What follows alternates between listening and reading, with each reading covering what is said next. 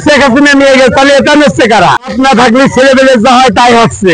গাড়ি ঘোড়া ভেঙে মালিকরা শেষ, দোকান করায় গাড়ি 16 লাখে বিক্রি হয়ে গেল, ওই পথে এক কান পড়ে থাকছে, সিরিয়ালে গাড়ি ভাঙছে, ভাঙচুর শুরু হয়ে গেছে। ভাই এখানে যে মহাসড়কের যে দুরবস্থা, যখন তখন গাড়ি ভাঙছে, অ্যাক্সিডেন্ট হচ্ছে, এটা মহাসড়ক না খাল বিল তা বলতে লজ্জাই করছে আমার। বাইক নিয়ে তো যাতে পারতেছি না, আবার মনে করেন এই যে বড় গাড়ি তখন গাড়ি পড়ে যায়। দেখেন আপনি ভাই, এই জায়গায় যদি একটা চাকা যায় তাহলে তো খুব সমস্যা। শেখপাড়া বাজারে বিশ্ব রোডের যে দুরবস্থা, যে কোনো মুহূর্তে বড় ধরনের দুর্ঘটনা ঘটার সম্ভাবনা, গাড়ি ঘোড়া চলার মতো কোনো পরিবেশ নাই। এত পরিমাণ ভাঙা যে গাড়ি টায়ার পর্যন্ত এক্সট্রা টায়ার খুলে খুলে পড়ে যাচ্ছে।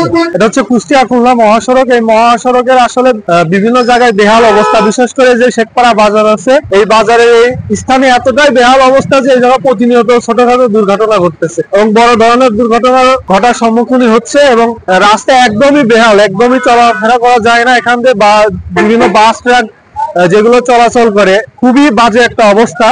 মাঝে একটু সংস্কার করা হয়েছিল ইটের সোলিং পেরে, এতে আরো বেহাল দশার সৃষ্টি হয়েছে। আপনি যদি পিছনে দেখেন তাহলে কিন্তু খানাখন্দে ভরা একদম, এবং যার ফলে কিন্তু বিভিন্ন সময় ট্রাক সহ বিভিন্ন যানবাহন উল্টে যাচ্ছে এবং মানুষ কিন্তু বিপদের সম্মুখীন হচ্ছে। এর দ্রুত সংস্কার না এলে বড় ধরনের কোনো অ্যাক্সিডেন্ট হতে পারে, যাতে যানবাহনের ভীষণ ক্ষতি হতে পারে।